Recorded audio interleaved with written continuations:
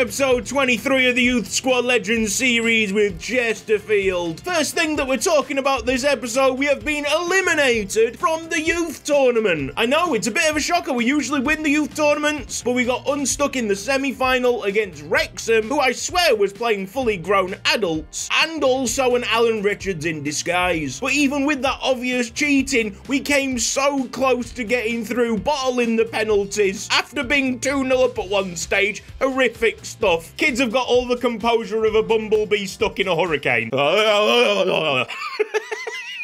Right, the scouting network has returned with reports, and I've got a big surprise because Rolly Seb and Ben Smacker didn't bring anything back, but Keone Zola with Michael Harrison, the right midfielder. You've got to respect it. 51 to 69 overall, 72 to 94 potential. Yes, please. We'll have a bit of that. Down in the comments section, tell me which countries you want me to scout. Someone will be randomly selected and added to the scouting pool. Now time for Posh Cutsy and the scenario for this episode. Hello there, Porsche Katzy here. How are you doing? It's time for some player appreciation. Give out +5 overall and +5 potential. It's a good scenario today. Huzzah! Okay, toodles!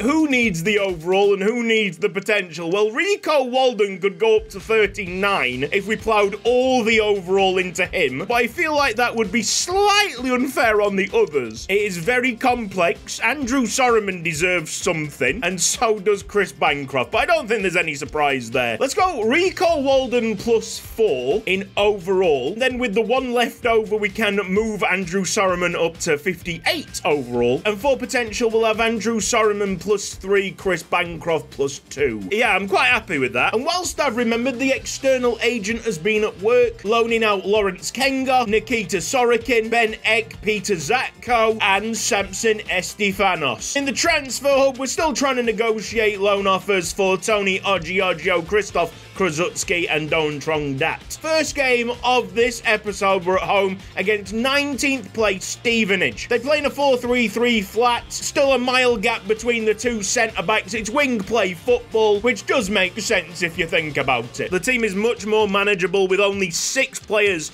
in the reserve slots. We should now be able to keep everybody happy for the rest of the season. I would be very concerned about Tanner's man management if we can't do that. All right then, Chesterfield against Stevenage. Are we going to get some more jam brilliance? Do not put it past the lad. Sorriman's going to take this long-range free kick and absolutely bash it into the box. And Jam just needed to leap for that, surely. And his header would have gone over the goalkeeper. I don't understand why we're so bad at them free kicks, because the idea behind the deliveries is there, it's concrete, and yet we just can't execute it. We're almost 20 minutes into this game, and I can tell that it's going to be a horrid game of football. I'm starting to despise playing in the rain, to be honest. On the first tile update, it seemed quite fair. The mistakes happened to both teams. But where this game is at right now in tile update 3, I haven't updated it to tile update 4 yet, I do feel like most of the mistakes are coming from my team. And how is that even possible? Weather-based issues should be happening to both teams quite evenly. Penton interception in the middle. That pass should have been going to Jam. Torres, a little 1-2. And that's about as much of an attack that you're going to see there because we can't string 4 passes together. Enos, Jam, move out the way, Sorriman. Make me some room. Run left or right. Can I just say, Yurko Torres is such an awkward player. Reminds me so much of Joshua Zirkzee. He's not a central attacking midfielder, nor is he a striker. He's just somewhere in between, and we kind of have to accommodate for that. Half-time 0-0. Will not be surprised if this is the full-time result. Christoph Krasutsky can't play a ball inside Yurko Torres. Enos Jam waiting for it, licking the lips, but nah, mate. Go on, Sorriman. Oh, that's a perfect dink up, to be fair. Andrew! He's scored with our first shot! Get in there! And as awkward as Yurko Torres is, he's played a fine ball into Andrew Sorriman. Keeps on impressing up front. It is properly terrifying news for the rest of the strikers at this football club. Why can't they do this? Soro Issa gets it right. Degger's on first to the ball. And he has played a terrible pass into the goalkeeper. Alfie Hanford with a massive save. But those are the kind of mistakes that I'm talking about. It's Yurko Torres with an outswinger potentially to Enos Jam. Have some of that! He scores again and climbs further up the top goal scorers list. This dead game has come to life in the second half. Ashby Hammond in the Stevenage net. Didn't even see it coming. It was in the back of his goal like a flash. It's gone from a potential 1-1 game to 2-0 very quickly. We have so much to thank the goalkeeper Alfie Hanford for. Rico Walden could have got terribly injured there, and it should be a red card, to be honest, for Simpson. Tyrese Simpson, very lucky to stay on the pitch. Soroman doing well to hold up the ball. He needs midfield usage. Krzysztof Krasucki. Where's Enos Jam? Why is he sitting back? That's a foul, surely. Time's running out for Stevenage. Yes, that's another save by the great Alfie Hanford. That's a stop by Rico Walden using his newly found overall. Krzysztof Krasucki can run down the left. Be very difficult for the Stevenage players to get hold of him. He's actually won as a free kick. That'll run down the time. Deggers on to Torres. Jam just in front. And they've got to mark him up. It's Enos Jam. Little deflection there. It's great pressure from the defence. Enos Jam was eyeing up another one. Rico Walden steps into it. Go on, Enos. Big, steaming Enos fake shot. He's going for it. Ooh. For some reason, referee's not calling full time, but Billy Blissett puts a standing tackle in.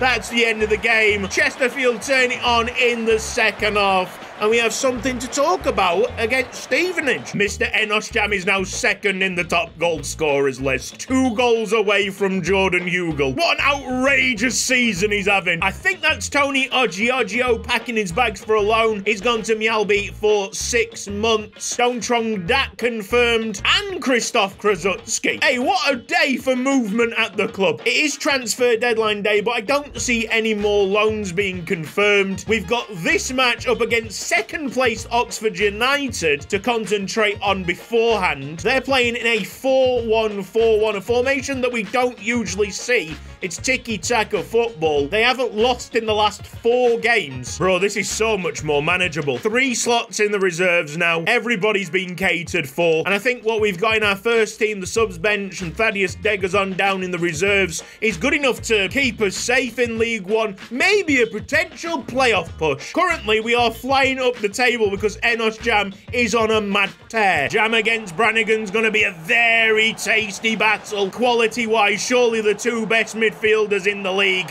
Oh, that's a fantastic ball. Yes, Christy Mayer. He saw that play developing and stopped it very quickly. Jambe interception. Namesake Jam is very close. Cue the music. He goes past 1, 2, 3. He is unstoppable. Enos Jam. They don't know what to do. Standing tackles flying, but he's still going for it. Enos Jam goes from the centre circle to the goal without any help whatsoever. He basically slalomed around the entire Oxford United team. And that is why you get out of his way as quickly as possible, because he's a joke of a footballer that can literally carry us up the table. There's a corner kick here, but Enos Jam is not the target. I've no idea why that's been changed. Don't even ask. If Ruocco takes it, Enos Jam edge of the box, that ain't gonna help, is it? And if we know anything about this game, Mark Garris is gonna get free. Chris Bancroft on the chase, not gonna catch him, and we do concede due to a corner kick mishap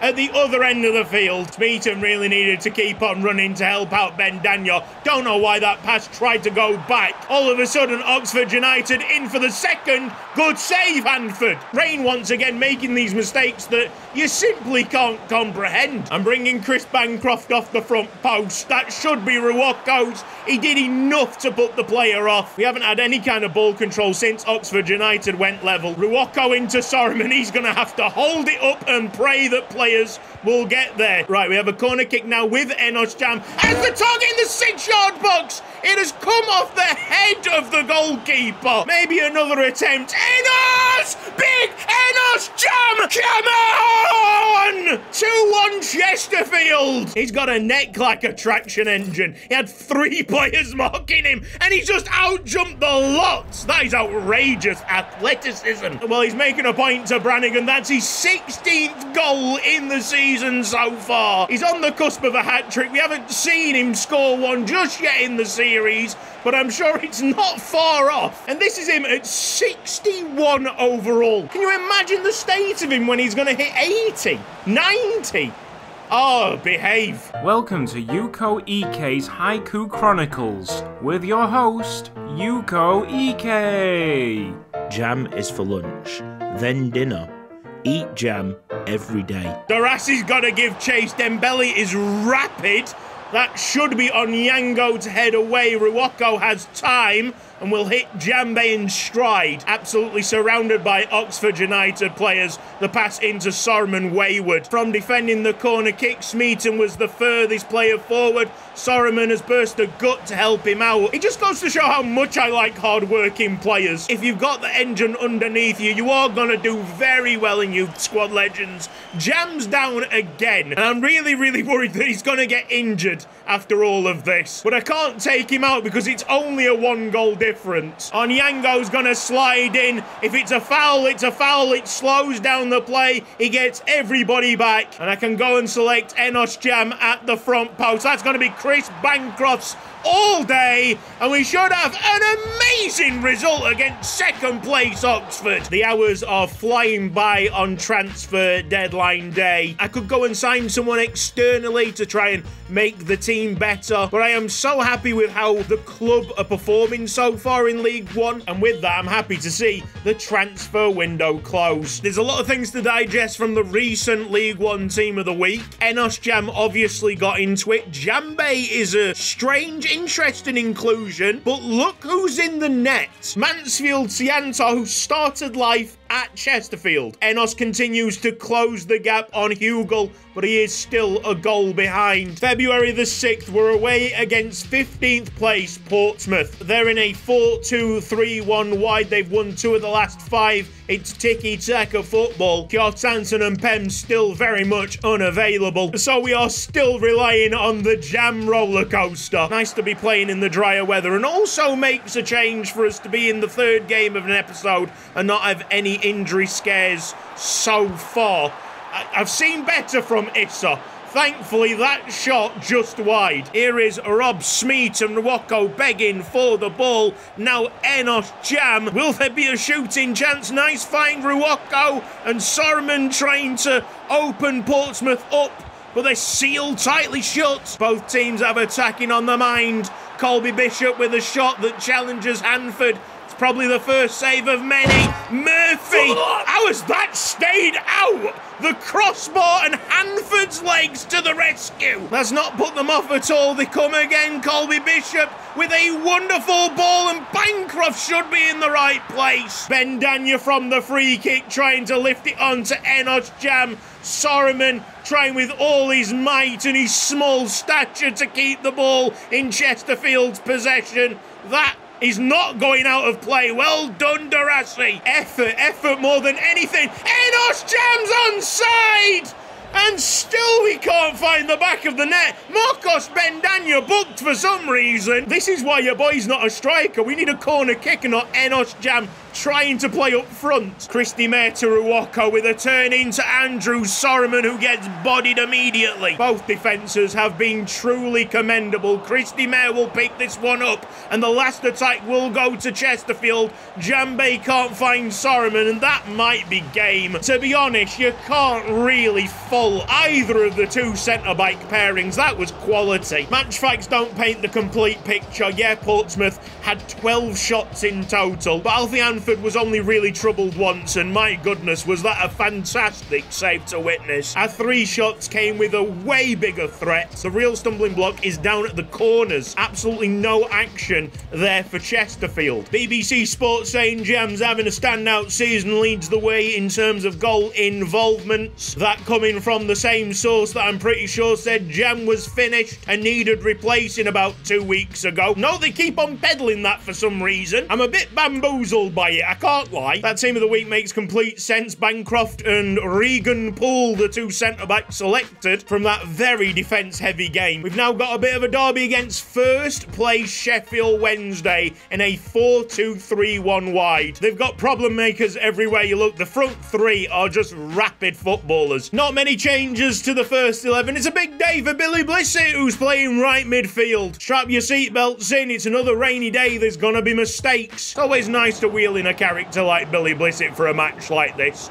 You expect it to be feisty, and you've got someone there who will throw his body weight around, not get daunted by the fixture. Billy Blissett carries on the right-hand side. I have no idea how he completed that pass, but let's not talk about it. Jambe might go long. It's going to be a very good pass to reach Andrew Sorman from there. Time for Rob Smeaton. Marked in direct competition with Barry Bannon today. Another fantastic midfielder for the division and a fellow Scotsman, so I'm sure he'll want to impress. I am filibustering a little bit because the overall gameplay experience hasn't been particularly good in the first 20 minutes. Out you go! Ruoko, the only player that looks like he's gliding across this wet surface. Go on, Natali skips past the slide challenge. There should be no problem for Degazon heading it down. Enosh Jam says see you in a bit to his marker. Plays a simple ball to Rob Smeaton.